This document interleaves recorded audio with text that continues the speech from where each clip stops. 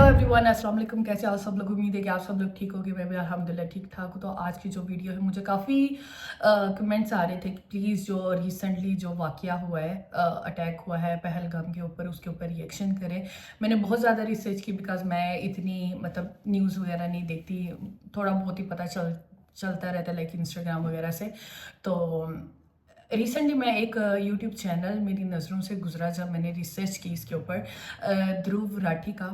तो मैंने देखा कि इसकी बेसिकली जो इसकी ज़्यादातर जो वीडियोस होती है वो फैक्ट्स के ऊपर होती है, पॉलिटिकल वगैरह के ऊपर होती है। तो आई थॉट कि इससे ज़्यादा बेहतर मुझे वीडियो कहीं भी नहीं मिली। तो आज की जो वीडियो है वो है रियलिटी ऑफ पहलगाम अटैक, ठीक है, ध्रुव राठी की है। सो फर्स्ट ऑफ ऑल मैं ये क्लियर करती जाऊँ कि आज की जो वीडियो है वो ना तो मैं ऐसा पाकिस्तानी बना रही हूँ, ना ही किसी रिलीजन को टारगेट करते हुए बना रही हूँ। मैं एज अ ह्यूमन इस वीडियो के ऊपर रिएक्ट करूँगी। एंड रिएक्ट भी क्या, ये एज अ नॉलेज के लिए मैं इसके ऊपर इसको देखूँगी वीडियो, बिकॉज मुझे नहीं पता कि मोस्टली कि क्या रीज़न हुई थी वहाँ पे ये चीज़ें होनी। सुना है, लोगों से पता चलता है, लोग जो भी जंग की बातें करें कि जंग होने वाली पाकिस्तान इंडिया के दरमियान, या फिर इसमें हाथ पाकिस्तानियों का था। कुछ लोग बोलते हैं हमारी इंडियन गवर्नमेंट ऐसी थी, डिफरेंट सुनने को मिल रहा है। बट इसके ऊपर मैं कोई भी बात नहीं करूँगी बिकॉज मैं नहीं चाहती मेरे मुंह से निकला हुआ कोई भी गलत अल्फाज आप लोगों को हर्ट करे और आप लोग मुझे क्रिटिसाइज या हेट करें। बिकॉज मुझे सबसे ज़्यादा मोहब्बत जो मिली है वो इंडिया के लोगों से मिली है। मुझे देखने वाले इंडियन लोग हैं, मेरे अपने बहन भाई हैं। तो मैं नहीं चाहूँगी कि मेरी किसी भी वजह से उनका दिल हर्ट हो, क्योंकि ये जो वाकया ये एक बहुत ही सेंसिटिव चीज़ है, बहुत ही ज़्यादा सेंसिटिव चीज़ है। And as a human I think so कि बहुत बुरा हुआ, बहुत बुरा है, जिसकी वजह से मैं वीडियोस नहीं थी लेके आ रही। बिकॉज जो भी वहाँ पे इस टाइम फुल हंगामा हुआ पड़ा है, जो भी चीज़ें चल रही हैं उसकी वजह से मैं मुनासिब नहीं समझा कि मैं भी कोई गाना वगैरह ये वो चीज़ें जो है ना वो पोस्ट करूँ। बट बहुत ज़्यादा लोगों की आए थे कमेंट्स के इसके ऊपर रिएक्ट करें, इसके ऊपर रिएक्ट करें। सो आई थॉट के फॉर एजुकेशन पर्पस मुझे इसके ऊपर रिएक्ट करना चाहिए। एंड देखते हैं क्या इसके अंदर क्या है। आई डोंट नो, जिस तरह की मे भी इसमें डेड बॉडीज दिखाई गई हो जो कि मैं नहीं देख सकती, मुझे लिटरली डर लगता है।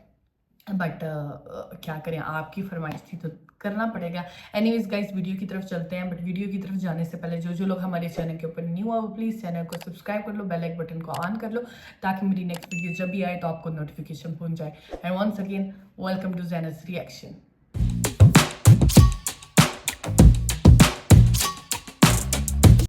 नमस्कार दोस्तों, पहलगाम की बैसारन वैली, जिसे भारत का मिनी स्विट्जरलैंड कहा जाता है, इस टूरिस्ट स्पॉट पर एक खौफनाक आतंकी हमला हुआ जिसे देखकर पूरे देश की रूह कांप गई है। अभी तक की जानकारी के अनुसार इस आतंकी हमले में कम से कम 26 लोगों की जानें जा चुकी हैं, 17 लोग इंजर्ड हैं और मृतकों में से सभी 26 लोग मेल्स थे। इस हाई ऑल्टीट्यूड लोकेशन पर केवल पैदल या खच्चर पर बैठ के पहुंचा जा सकता है, इसलिए रेस्क्यू ऑपरेशंस के लिए हेलीकॉप्टर का इस्तेमाल किया गया, जबकि लोकल्स खच्चरों की मदद से इंजर्ड लोगों को वहां से वापस लाए। कम से कम 12 टूरिस्ट को पहलगाम हॉस्पिटल में एडमिट करवाया गया और डॉक्टर्स ने कहा है कि अब ये 12 लोग स्टेबल कंडीशन में हैं। इस आतंकी हमले में लोगों को उनके रिलीजन के आधार पर टारगेट किया गया। एक विक्टिम मुस्लिम थे, सैयद आदिल हुसैन शाह, जो पहलगाम के ही लोकल थे, वहां खच्चर चलाने का काम करते थे। इनके अलावा एक क्रिश्चियन थे और बाकी 24 लोग जो मारे गए वो सब हिंदू थे, जो अलग अलग जगह से आए हुए टूर। अच्छा, मैंने एक चीज़ ये सुनी है कि कहते हैं कि वहाँ पे जो है जिनको भी मारा गया है उनसे सबसे पहले पूछा गया कि आप हिंदू हो या मुस्लिम हो। एंड ज़्यादातर लोग जो कि मैंने सुना ये बोला गया कि वहाँ पे हिंदू को जो हिंदू था उसको मारा गया है। बट अभी पता चल रहा है कि उसके अंदर एक मुस्लिम भी था। सो ओके, ठीक है।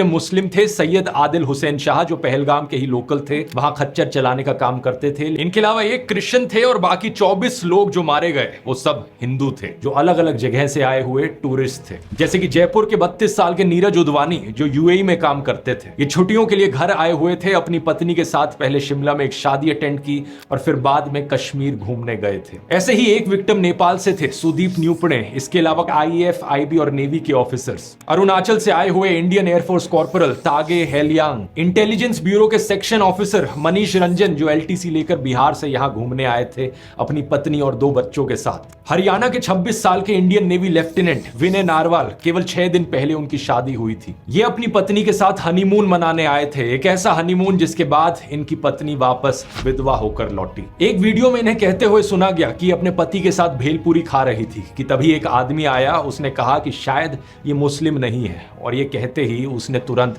गोली मार दी। उसने बोला कि शायद मुस्लिम नहीं है, उसने उसको गोली मार दी। कुछ ऐसा ही कहा पुणे की एचआर प्रोफेशनल असावरी ने। उन्होंने बताया कि जब उन्होंने दूर से आतंकियों को फायरिंग करते हुए देखा तो उनका परिवार सुरक्षा के लिए पास के एक टेंट में चला आया, लेकिन आतंकी वहां भी आ गए। उनके फादर को इस्लामिक वर्ड्स रिसाइट करने के लिए कहा और जब वो नहीं कर पाए तो उन्हें सीधा गोली मार दी। मदद के लिए वहां कोई नहीं था, ना पुलिस ना आर्मी। जो लोग उन्हें वहां खच्चर पर लेकर आए थे उन्होंने असावरी, उनकी माँ और एक फीमेल रिलेटिव को रिटर्न जर्नी में मदद की। तो बहुत सारे घोड़े वालों ने भी मतलब घोड़े पे लेके गया था, उनको हॉस्पिटल पहुंचाया। मेरे अलावा भी बहुत सारे ऐसे लोग हैं जिन्होंने कंधे पे उनको उठाया है हॉस्पिटल पहुंचाने के लिए। बाद में करीब 20 मिनट बाद इंडियन आर्मी वहां पहुंची और उन्हें रेस्क्यू किया। ओके, एक क्वेश्चन कि जब यहाँ पे सब कुछ हो रहा था 20 मिनट के अंदर, लाइक इतना लेट क्यों? क्या वहाँ पे कोई भी सिक्योरिटी नहीं थी, कोई आर्मी नहीं थी, कुछ भी नहीं था? जैसे कि वो एक टूरिस्ट एरिया था। आप लोग यहाँ पे देखो तो यहाँ पे टूरिस्ट एरिया में हमेशा पुलिस की गाड़ियाँ घूमती रहती हैं, तो वहाँ पे एक ऐसी जगह पे वहाँ पे कोई भी सिक्योरिटी नहीं थी। कैसे हो सकता है यार? एंड 20 मिनट, ठीक है, एक फायर होते चल रहे हैं, आवाज़ें आ रही हैं और 20 मिनट लगी उनको वहाँ पे पहुँचने के लिए। बहुत अजीब बात है। बाद में करीब 20 मिनट बाद इंडियन आर्मी वहां पहुंची और उन्हें रेस्क्यू किया। पाकिस्तान बेस्ड टेरर ग्रुप लश्कर ए तायबा के एक शैडो ग्रुप टीआरएफ ने इस हमले की जिम्मेवारी ली है। टीआरएफ का फुल फॉर्म है द रेजिस्टेंस फ्रंट। 2 साल पहले जब टीआरएफ ने कश्मीर के पत्रकारों को धमकियां दी थी तब मिनिस्ट्री ऑफ होम अफेयर्स ने इसे यूएपीए के अंतर्गत एक आतंकवादी संगठन डिक्लेयर कर दिया था। इस टेरर ग्रुप के मेंबर शेख सज्जाद गुल को भी यूएपीए के 4थे शेड्यूल के अंतर्गत आतंकवादी घोषित किया गया था। एक इंटेलिजेंस असेसमेंट के मुताबिक यह सस्पेक्ट किया जा रहा है कि लश्कर ए तायबा का टॉप कमांडर सैफुल्लाह कसूरी भी इसके साजिशकर्ताओं में से एक है। इंडियन एक्सप्रेस की रिपोर्ट में बताया गया है कि इनिशियल प्रोब के अनुसार 4 से 6 आतंकी थे जिन्होंने यह हमला किया। आई विटनेसेस के स्टेटमेंट्स के आधार पर जम्मू एंड कश्मीर पुलिस ने अटैक करने वाले 3 पाकिस्तानियों के स्केच भी रिलीज कर दिए हैं। एक सरकारी सोर्स ने द हिंदू को बताया कि हमलावरों में से 2 ऐसे कश्मीरी युवाओं के होने का शक है जो 2018 में पाकिस्तान चले गए थे। अनंतनाग का आदिल गुरी और पुलवामा का एहसान। सरकारी सूत्रों ने बताया कि इन्होंने रिसेंटली पाकिस्तानी आतंकियों के साथ इन्फिल्ट्रेशन की और इनके मूवमेंट के बारे में कुछ इनपुट्स मौजूद थे। टाइम्स ऑफ इंडिया में राजशेखर झा की रिपोर्ट में एक सूत्र के हवाले से कहा गया कि पहले से इनपुट्स थे कि अप्रैल के पहले हफ्ते में आतंकियों ने कुछ होटलों का पूर्व परीक्षण किया था, इसलिए कोई इंटेलिजेंस फेलियर नहीं था। इंटेलिजेंस इनपुट्स होने के बावजूद अटैक हो गया। इससे दोस्तों पुलवामा हमले की याद आती है। जून 2019 में minister of state for home affairs G Kishan Reddy ने राज्यसभा को बताया था कि कोई इंटेलिजेंस फेलियर नहीं था। बाद में फ्रंटलाइन की एक इन्वेस्टिगेशन ने भी यह रिवील किया था कि 2 जनवरी से लेकर 13 फरवरी के बीच में 11 इंटेलिजेंस इनपुट्स थे। ये बता रहे थे कि कोई किसास हमला हो सकता है, यानी बदला लेने के लिए स्ट्राइक हो सकती है। पुलवामा हमले के बाद जब इन्वेस्टिगेशन हुई तो मुदासिर अहमद खान को पुलवामा हमले का मास्टरमाइंड पाया गया। उससे रिलेटेड भी 2 इंटेलिजेंस इनपुट्स पहले से ही मौजूद थे। 24 जनवरी 2019 के इंटेलिजेंस इनपुट में बताया गया था कि कुछ आतंकियों ने मुदासिर अहमद खान को रिपोर्ट किया आने वाले दिनों में एक फिदाइन हमला करने के लिए। यह ग्रुप शाहिद बाबा ग्रुप के साथ कांटेक्ट में है। यह वही ग्रुप था जिसका मेंबर था पुलवामा हमले का बॉम्बर आदिल अहमद दार। 25 जनवरी के दिन का जो इंटेलिजेंस इनपुट था उसमें मुदासिर अहमद खान की लोकेशन की जानकारी थी। बोल्ड लेटर्स में यह बताया गया था कि 4 फॉरेन मर्सनरीज के साथ मुदासिर खान को स्पॉट किया गया है मिदूरा और लाम त्राल विलेजेस में। इस इनपुट में भी कहा गया था कि एक अटैक की प्लानिंग चल रही है जो अवंतीपोरा या पंपोर में किया जा सकता है। ये इलाके पुलवामा से केवल 16-17 किलोमीटर दूर हैं। इमेजिन करो दोस्तों, पुलवामा हमले से पहले भी मुदासिर एक नोन आतंकवादी था जो 2017 में सीआरपीएफ कैंप पर हुए अटैक के कनेक्शन में वांटेड था। 12 फरवरी के एक इनपुट को तो मार्क किया गया था top secret, matter most urgent. इसमें एक ट्विटर हैंडल शाह GET 313 के बारे में जानकारी थी कि इसे पाकिस्तान के जैश मोहम्मद हैंडलर्स चला रहे हैं। इसने हिंट दिया था कि जम्मू एंड कश्मीर में सिक्योरिटी फोर्सेस के रूट पर आईईडी ब्लास्ट कैरी आउट किया जा सकता है। साथ में एक वीडियो भी था जिसमें आईईडी ब्लास्ट को डेमोन्स्ट्रेट किया गया था। 13 फरवरी के इंटेलिजेंस इनपुट में भी ऐसी ही एक फाइनल वार्निंग थी, लेकिन इसके बावजूद भी दोस्तों 2500 से ज्यादा जवानों को एयरलिफ्ट नहीं करवाया गया। इकट्ठे ही एक ही कॉन्वॉय में भेज दिया गया और सीआरपीएफ के फॉर्मर आईजी ने बाद में इसे लेकर एतराज भी जताया था। 2547 को भेजना और 78 व्हीकल्स एक कॉन्वॉय में लगाना, वो मुझे लगता है टेक्निकली ठीक नहीं। सोचकर देखो दोस्तों, इतने डिटेल्ड इंटेलिजेंस इनपुट्स होने के बावजूद भी पुलवामा हमला हो गया। कैसे हुआ? सवाल ये उठता है। मुझे तो पता नहीं, क्या आपको पता है? अगर मुझे नहीं पता, आपको नहीं पता, तो किससे पूछना चाहिए कि चूक कहां हुई? मुझे जवाब दीजिए, ये जो आतंकवादी हैं उनके पास शस्त्र और बारूद कहां से आता है? वो तो विदेश की धरती से आता है और सीमाएं संपूर्ण रूप से आपके कब्जे में है। सीमा सुरक्षा बल आपके कब्जे में है कि विदेशों से घुसपैठ भी आते हैं। घुसपैठ से आतंकवादियों के रूप में आते हैं। आतंकवादी घटनाएं करते हैं, भाग जाते हैं। प्रधानमंत्री जी, आप मुझे बताइए, सीमाएं आपके हाथ में है, कोस्टल सिक्योरिटी आपके हाथ में है, बीएसएफ सेना सब आपके हाथ में है, नेवी आपके हाथ में है। ये विदेश से घुसपैठ के कैसे घुस जाते हैं? कोई भी समझदार इंसान, कोई भी समझदार बच्चा तक ये समझ सकता है कि देश की सुरक्षा चुनी हुई सरकार की जिम्मेवारी है।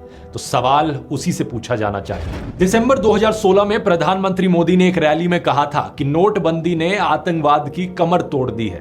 तो सवाल ये उठता है कि आतंकी हमले रुके क्यों नहीं उसके बाद? सिर्फ जम्मू एंड कश्मीर की ही बात करें हम तो देखो, नवंबर 2016 में हुआ नागरोटा आर्मी बेस अटैक, जुलाई 2017 में अमरनाथ यात्रा अटैक, फरवरी 2018 संजूवन मिलिट्री स्टेशन अटैक, फरवरी 2019 पुलवामा अटैक, मार्च 2019 Jammu bus stand grenade blast, जून 2019 अवंतीपोरा में इंडियन पैरामिलिट्री पुलिस पर attack, 2023 Poonch Rajouri attack, 2024 Reasi attack और अब 2025 पहलगाम अटैक। एक के बाद एक आतंकी हमले हुए जा रहे हैं और देश की मीडिया में हिम्मत नहीं है सरकार से सवाल करने की। ये सिर्फ 2014 से पहले होता था कि मीडिया द्वारा सरकार से सवाल पूछे जाते थे। फिल्में भी आप देखोगे, अ वेंसडे जैसी फिल्में बनाई जाती थी जिनमें सरकार से आतंकवाद पर सवाल पूछे जाते थे। इसीलिए हम सरकार चुनते हैं कि वो मुल्क चलाए। आप लोग सरकार, पुलिस फोर्स, इंटेलिजेंस सक्षम है इस तरह की पेस्ट कंट्रोल के लिए, लेकिन आप लोग कर नहीं रहे। मैं चाहता हूं कि अगर मेरा बच्चा घर से बाहर निकले तो बेखौफ घूमे, कहीं भी, कभी भी, ट्रेन में, बस में, कहीं भी। उस जमाने में जनता मिलकर प्रोटेस्ट करती थी और नेता अपनी गलती मानते हुए इस्तीफा भी दे देते थे। जैसे कि मुंबई के 26/11 अटैक के बाद होम मिनिस्टर शिवराज पाटिल ने पब्लिक डिमांड के चलते हुए इस्तीफा दिया था और महाराष्ट्र के मुख्यमंत्री विलासराव देशमुख ने भी इस्तीफा दिया था। मैं ये नहीं कह रहा कि इस्तीफा देकर उन्होंने कोई महान काम कर दिया। बात यह है कि किसी भी फंक्शनिंग डेमोक्रेसी में ये एक बेसिक बात है और अब उस बेसिक कॉमन सेंस को हमारा देश खो चुका है। अब इस नए भारत में अर्नब गोस्वामी जैसे नमूने को देखिए। अर्नब गोस्वामी इस पहलगाम अटैक के लिए सुप्रीम कोर्ट को जिम्मेवार ठहरा रहा है। There was no need in my view. अब इस नए भारत में अर्नब गोस्वामी जैसे नमूने को देखिए। अर्नब गोस्वामी इस पहलगाम अटैक के लिए सुप्रीम कोर्ट को जिम्मेवार ठहरा रहा है। There was no need in my view for the Supreme Court to waste time getting into whether 370 was abrogation was valid or not. It was a waste of time because with the greatest of respect to the judges, they will not take responsibility for the security situation. ये वही नमूना है जिसकी WhatsApp chat leak हुई थी और जिसने पुलवामा हमले के बाद व्हाट्सएप पर मैसेज लिखा था, this attack we have won like crazy. Pulwama attack के बाद सबसे पहले कवरेज कर लेने का ये जश्न मना रहा था। गोदी मीडिया एंकरों से इतनी सिंपल बात नहीं पूछी जा रही कि जिस जगह इतने सारे टूरिस्ट जमा थे वहां प्रॉपर सिक्योरिटी क्यों नहीं थी। आज तक चैनल के कॉरेस्पॉन्डेंट ने यह कहने की कोशिश की तो उनकी बात को बीच में ही काट दिया गया। ये मजाक नहीं है। 2000 टूरिस्ट किसी एक पिकनिक स्पॉट पे हैं, वहां पर ना ही पुलिस बल की कोई तैनाती, ना ही सुरक्षा बल की कोई तैनाती। हम देखते हैं जब अमरनाथ यात्रा होती है। ये सवाल एक बच्चा तक पूछ रहा है। सरकार तो गई हुई है, मतलब इतना बड़ा आतंकवादी का हमला हुआ, उन्हें कुछ पता ही नहीं है। इधर पूरी नीचे पूरे आर्मी का बेस है, उन्हें पता ही नहीं है। दोस्तों अब 10 दिन पहले की ये रिपोर्ट देखिए। डिफेंस मिनिस्ट्री ने पार्लियामेंट की स्टैंडिंग कमेटी को बताया कि आर्मी में ऑफिसर्स का करंट नंबर है 42,095, जबकि ऑथराइज्ड स्ट्रेंथ है 50,538। देश में करीब 8,400 आर्मी ऑफिसर्स की कमी है और 92,400 सोल्जर्स की। कुल मिलाकर आर्मी में 1 लाख से ज्यादा आर्मी पर्सनल की शॉर्टेज है। इस शॉर्टेज की वजह से सोल्जर्स को एक जगह से दूसरी जगह शिफ्ट कराया जा रहा है पहले से ज्यादा रेट पर। सवाल ये उठता है कि ये शॉर्टेज क्यों है? मुझे तो नहीं पता, लेकिन आप इस अगस्त 2022 की द टेलीग्राफ की ये रिपोर्ट देखिए। यहां लिखा है कि कोविड के 2 सालों में आर्मी की कोई रिक्रूटमेंट नहीं हुई, इसलिए आर्मी में 1 लाख से ज्यादा ट्रूप्स की कमी है। और अब इस रिपोर्ट की हेडलाइन देखिए, अगले 3 साल में आर्मी स्ट्रेंथ को 2 लाख से कट करने का प्लान। क्या सेंस बना इस बात का? एक मिनिस्ट्री ऑफिशियल ने कहा कि आर्मी अपनी ट्रूप स्ट्रेंथ का रैशनलाइजेशन कर रही है। इसे सैलरी और पेंशन का खर्च कम करने के अटेम्प्ट के रूप में देखा जा रहा है। कई लोगों ने आरोप लगाया है कि सरकार आर्मी ऑफिसर्स की सैलरी और पेंशन पर पैसे बचाना चाह रही है और इसलिए इनकी ट्रूप स्ट्रेंथ कम करने का प्लान। विनय नारवाल की बहन ने हरियाणा चीफ मिनिस्टर नायब सिंह सैनी के आगे रोते हुए कहा कि उनके भाई 1.5 घंटे तक जिंदा थे। अगर वहां आर्मी होती तो उन्हें बचाया जा सकता था, लेकिन कोई नहीं आया, वहां कोई नहीं आया। वहाँ पे 1.5 घंटा वो जिंदा था, कोई नहीं आया वहाँ पे। 1.5 घंटा एक इंसान जिंदा था। कोई नहीं आया वहाँ पे। कोई सुविधा नहीं, कोई फैसिलिटी नहीं, कोई आर्मी नहीं, कोई પોલીસ નહીં. જ્યારે મોટા મોટા નેતા આવે કોઈ વીઆઈપી માટે પાછળ કેટલી ગાડી હેલિકોપ્ટર गोदी मीडिया को इससे कोई मतलब नहीं। कश्मीरी पंडित अपने सिक्योरिटी कंसर्न्स के लिए 300 से ज्यादा दिन तक स्ट्राइक पर बैठे रहे, लेकिन कोई खबर तक नहीं आई। दूसरी तरफ मुकेश अंबानी सेठ और उनके परिवार के लिए हाईएस्ट लेवल का Z+ सिक्योरिटी कवर है। इसमें कुल 55 सिक्योरिटी पर्सनल हैं, जिनमें से 10 से ज्यादा हाईली ट्रेन्ड NSG कमांडोज हैं। टाइम्स ऑफ इंडिया की रिपोर्ट में बताया गया है कि मुकेश के बेटे अनंत की घड़ी की कीमत 60 करोड़ से ज्यादा की है। नीता अंबानी की नेकलेस की कीमत 500 करोड़ की है। शादी में खर्च हुआ 5,000 करोड़ से ज्यादा, लेकिन सिक्योरिटी में इन्हें चाहिए सरकारी खर्चे पर ट्रेन किए गए हाईली ट्रेन्ड NSG कमांडोज, हम लोगों के टैक्स के पैसे पर ट्रेन किए गए NSG कमांडोज। गोदी मीडिया को इससे कोई मतलब नहीं है। इनके सेठ और देश के बॉलीवुड सेलिब्रिटीज को यहां पर Y+ Z+ सिक्योरिटी कवर्स मिल रहे हैं। मुझे मुकेश अंबानी और सेलिब्रिटीज के सिक्योरिटी कवर से कोई प्रॉब्लम नहीं है, लेकिन सवाल यहां पर यह है कि आम लोगों को क्या मिल रहा है यहां पर। अब कुछ लोग कहेंगे कि VIP नेता, बिजनेसमैन, फिल्म स्टार्स देश के लिए जरूरी है, इसलिए उनके लिए ज्यादा सिक्योरिटी कवर जस्टिफाइड है। लेकिन पहलगाम में जो आम इंसान मारे गए, वो भी तो अपने परिवार के लिए उतने ही जरूरी है ना। उनकी पत्नी, उनके बच्चे और उनके माँ बाप के लिए तो वही दुनिया है। सवाल यहाँ पर यह है कि आम लोगों की ही जान इतनी सस्ती क्यों है? कभी ट्रेन एक्सीडेंट में मारे जाते हैं, कभी भगदड़ में, कभी होर्डिंग गिर जाती है तो कभी पुल टूट जाता है, कभी किसी की पोर्श या लैम्बोर्गिनी गाड़ी के नीचे आके मारे जाते हैं या सड़क पर मैनहोल में गिर जाते हैं, तो कभी आतंकी हमले में मारे जाते हैं। आम लोगों की सिक्योरिटी की बात हो तो सरकार आर्मी ट्रूप्स के सैलरी और पेंशन की चिंता करने लगती है। अलग अलग स्टेट्स की पुलिस को ही देख लीजिए, कितनी ओवरवर्क्ड है। बार बार पुराने वीडियोस में मैंने इसकी बात करी है। पुलिस की संख्या डबल करने की जरूरत है देश में। पुलिस को ज्यादा ट्रेनिंग फैसिलिटीज प्रोवाइड करने की जरूरत है ताकि देश में लॉ एंड ऑर्डर बेहतर हो सके, देश के लोगों को सुरक्षा मिल सके, लेकिन किसी को कोई मतलब ही नहीं है। लॉ एंड ऑर्डर का तो इस नए भारत में इतना बड़ा मजाक बन गया है कि क्या ही बताऊं। हर दूसरे दिन एक नया वीडियो सामने आता है, सड़क पर किसी को मारा पीटा जा रहा है, पुलिस कुछ नहीं करती। गुंडे आकर किसी स्टूडियो को तोड़ चले जाते हैं तो कभी किसी रेस्टोरेंट को, पुलिस वहां देखती रहती है। होम मिनिस्टर अमित शाह ने कहा है कि इस आतंकी हमले के गुनहगारों को बख्शा नहीं जाएगा। अच्छी बात है, पकड़िए उन्हें, जल्दी से सजा दीजिए।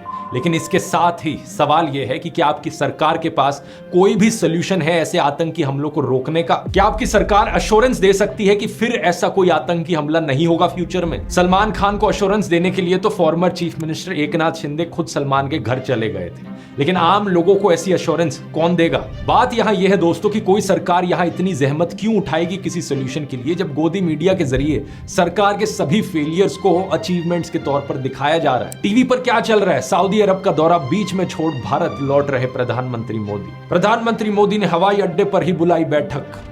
इन थंबनेल्स को देखिए, गुस्से में मोदी, ऑर्डर से पूरी दुनिया हैरान, सेना को दे डाली खुली छूट, ठोकना शुरू।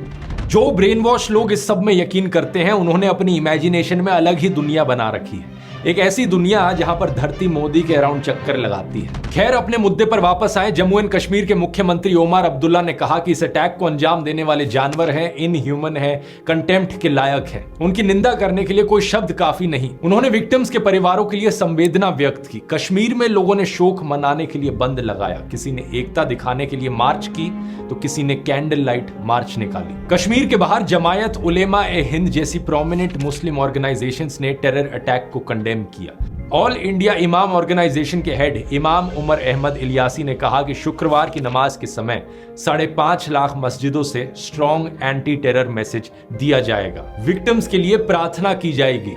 भारत के बाहर यूएई, सऊदी अरेबिया, बांग्लादेश और कतर जैसे कई सारे मुस्लिम देशों ने भी हमले की कड़ी निंदा की है। देश के आम मुसलमानों ने भी सोशल मीडिया पोस्ट पर अपना विरोध जताया है। यह अच्छी बात है कि लोग आपस में रिलीजन के नाम पर ना बंटें और इस तरह आतंकियों के मंसूबों को नाकाम करें, क्योंकि ये सभी आतंकवादी यही तो चाहते हैं कि भारत में धार्मिक नफरत फैले, लोग एक दूसरे से लड़े और हमारा देश टूट जाए। लेकिन क्या कोई भी देशभक्त ऐसा चाह सकता है? कभी भी नहीं। कोई भी देशभक्त यही चाहेगा कि मेरा देश मजबूत रहे, अखंड रहे। देशभक्त तो एक ही नारा बोलेंगे, भारतीय एकता जिंदाबाद। आप भी इस यूनिटी के संदेश को कमेंट्स में लिखिए अगर आप इससे एग्री करते हैं तो। मुझे बस ये बात नहीं समझ में आती कि बीजेपी वालों को इस नारे से इतना करंट क्यों लग जाता है। मैं चैलेंज देता हूं सभी बीजेपी के नेताओं को, अपने सोशल मीडिया पर लिखकर दिखाओ, भारतीय एकता जिंदाबाद। मुझे लगता नहीं कि इनमें से ज्यादा नेता ये लिखने की हिम्मत कर सकते हैं, क्योंकि इन फर्जी राष्ट्रवादियों को नफरत फैलाने से फुर्सत मिले तभी तो राष्ट्रीय एकता की बात करेंगे। ये मृतकों की अस्थियां ठंडी भी नहीं हुई थी कि बीजेपी छत्तीसगढ़ के ऑफिशियल ट्विटर और इंस्टाग्राम हैंडल ने ये बेहद ही भद्दा पोस्ट किया। एक गिबली स्टाइल इमेज जिस पर कैप्शन लिखते हैं, धर्म पूछा जाति नहीं, याद रखेंगे। इंडिया टुडे की पत्रकार प्रीति चौधरी ने इस पर तंज कसते हुए कुछ ऐसा लिखा कि किसी ट्रेजेडी का फायदा उठाने के लिए कोई समय ज्यादा जल्दी नहीं है। इस पोस्ट से दो बातें साफ दिखती हैं। पहला ये कि जातिवादी अत्याचारों को लेकर ये कभी कोई समाधान नहीं करने वाले, क्योंकि समाधान निकालने के लिए समस्या को स्वीकार करना पड़ता है। इनसे जरा पूछकर देखो कि आज तक कितने ब्राह्मण, राजपूत या बनियों की बारात में उन्हें घोड़ी पर बैठने से रोका गया है। हमेशा दलितों को ही क्यों मारा पीटा जाता है, इसको लेकर इतने सारे न्यूज आर्टिकल्स मिल जाएंगे। जाति देखकर ही मारा जाता है ना।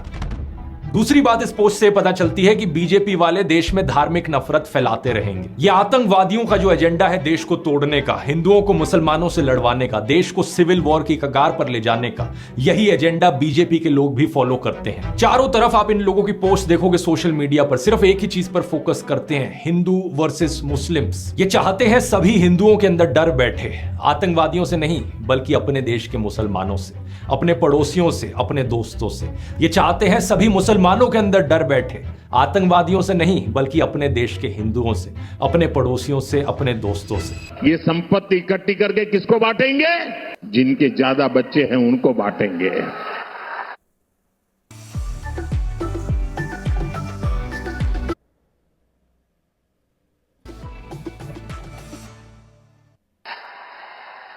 ये सब सिर्फ इसलिए ताकि आप इन्हें डर के मारे वोट दो। यही कारण है दोस्तों कि 2014 के बाद से परपेचुअली हिंदू खतरे में रहा है। चारों दिशाओं से साल भर साल, महीने भर महीने यही हिंदू खतरे में है का नैरेटिव आपको सुनाया जाता है। हैरान हो जाएंगे, इस रिपोर्ट के मुताबिक The Muslim population has gone up by 43+%. 43% बढ़ी है। The Hindu population has gone down in an equal period by 7.82%. 8% कम हुई है। Think about this. It's crazy. एक साजिश चल रहा है भारत को गजवाए हिंद करने का, इस्लामिक स्टेट बनाना चाहते हैं।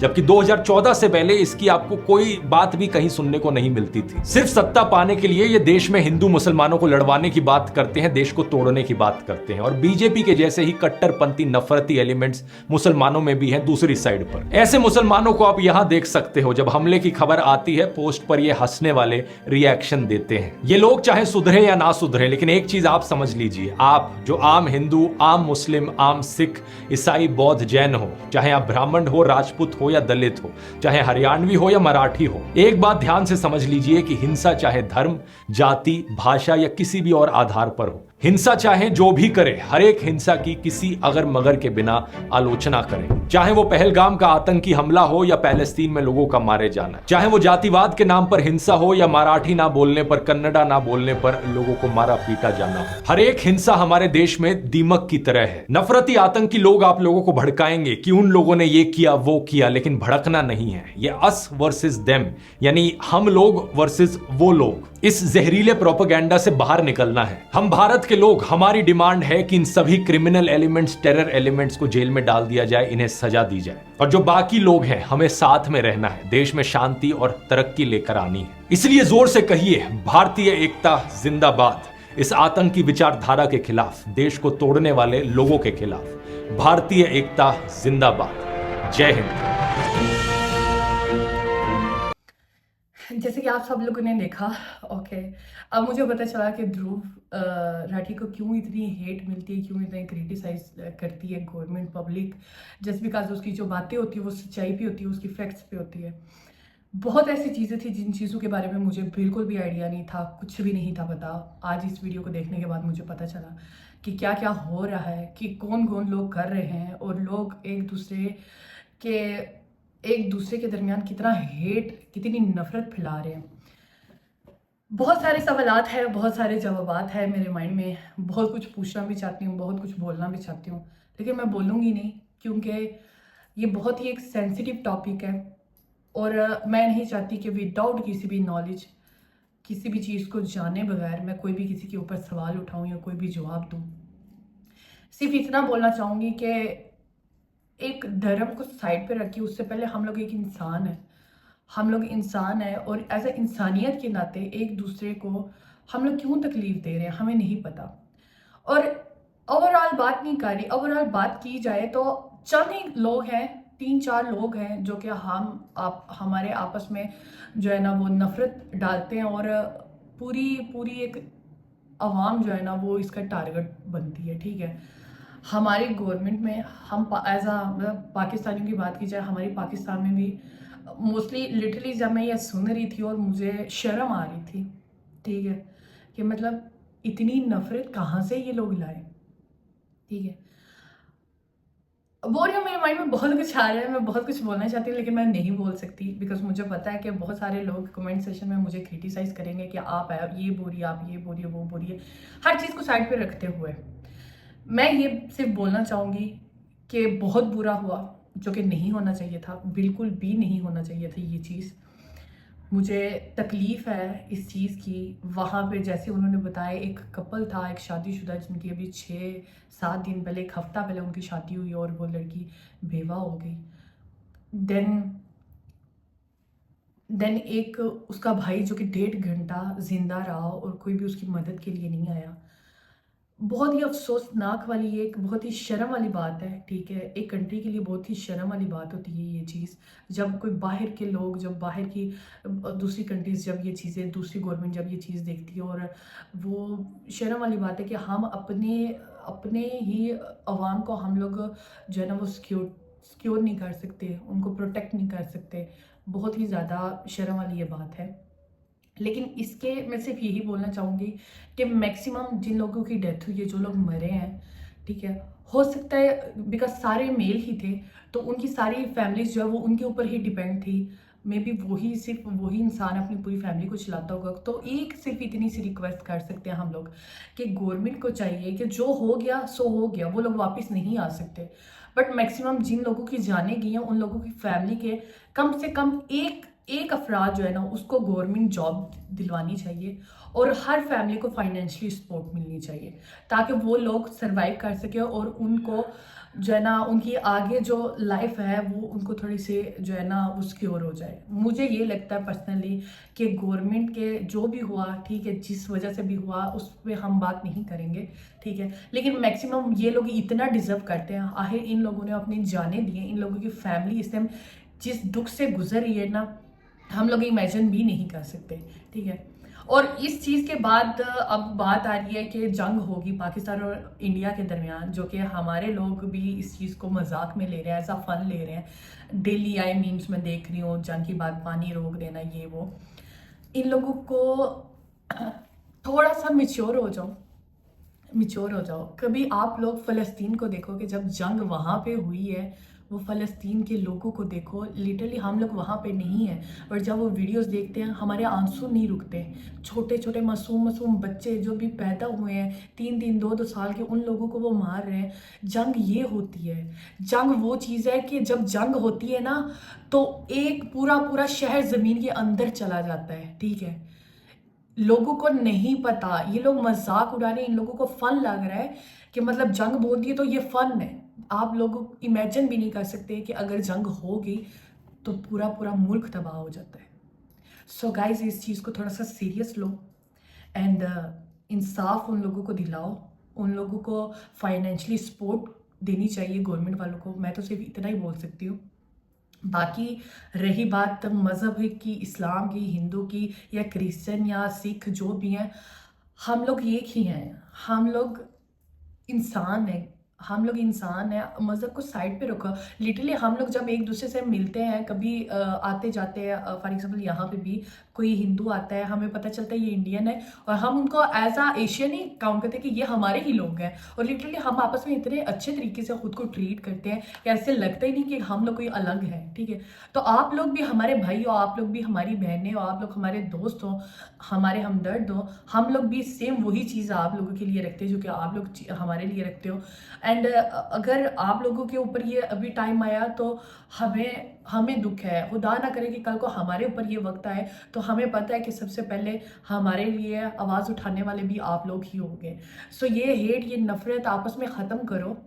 आई नो है कुछ चंद लोग जो कि उनकी वजह से हम लोग आपस में इख्तिलाफात है हमारे दरमियान, बट रेदर देन हम लोग इंसान हैं यार। तकलीफ़ है भाई, जाने हम लोग आम आवाम की जाने जाती हैं, ठीक है, उनकी नहीं जाती जो ये चीज़ें कर रहे हैं, ठीक है।